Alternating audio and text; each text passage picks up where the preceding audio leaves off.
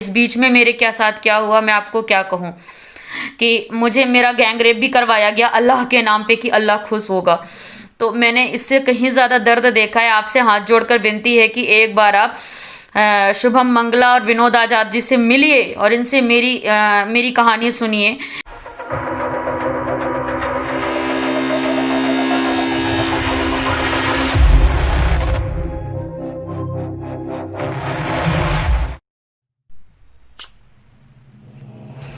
मेरा नाम अनामिका है। मैं एक मैसेज तनिष्क ज्वेलर्स को देना चाहती हूँ कि तनिष्क वालों, ये जो आप दिखा रहे हैं ना, मुझे समझ में नहीं आता कि आप ये सब ऐसा क्यों दिखा रहे हैं, आप ऐसा ऐड क्यों कर रहे हैं। जो आप दिखा रहे हैं कि एक हिंदू लड़की जाती है और वो गोल्ड, फिर वो एक अम्मा का वीडियो आता है कि ये सारी चीज़ें हम खतना और क्या और एक था हलाला, जो हम टीवी पे नहीं दिखा सकते, जो रस्में हैं वो हम टीवी पे नहीं दिखा सकते।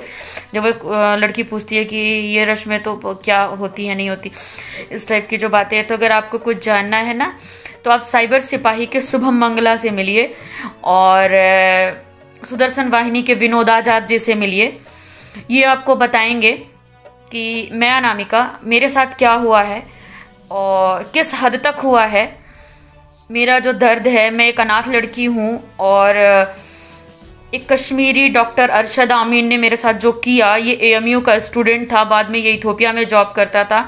7 साल से मेरे साथ रहने के बाद उसने कहा, साथ रहने का मीनिंग ये था कि हम एक दूसरे को 7 साल से जानते थे और हम एक रिलेशन में थे, क्योंकि आगे शादी का प्रपोजल था और शादियां भी हुई। हमें इथोपिया ले जाया गया, मुझे 12 लाख में बेचा जा रहा था।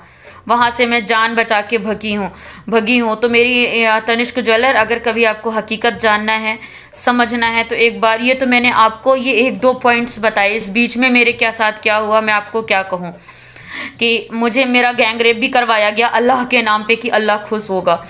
तो मैंने इससे कहीं ज़्यादा दर्द देखा है। आपसे हाथ जोड़कर विनती है कि एक बार आप शुभम मंगला और विनोद आजाद जी से मिलिए और इनसे मेरी कहानी सुनिए।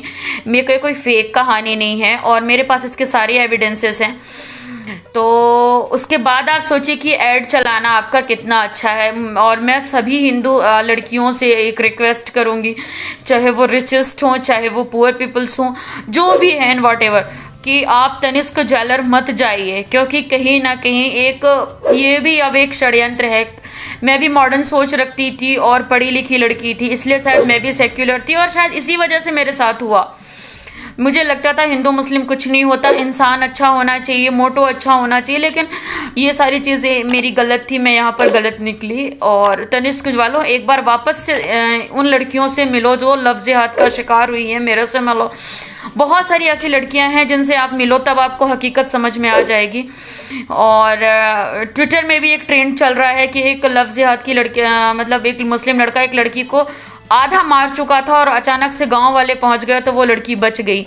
तो इस तरह से हमारे साथ किया जा रहा है और आप उन्हीं की जो उनका जो कल्चर है उसको आप ट्रेंड कर रहे हैं, उनको आप एडवर्टीजमेंट कर रहे हैं, आप उनको बता रहे हैं।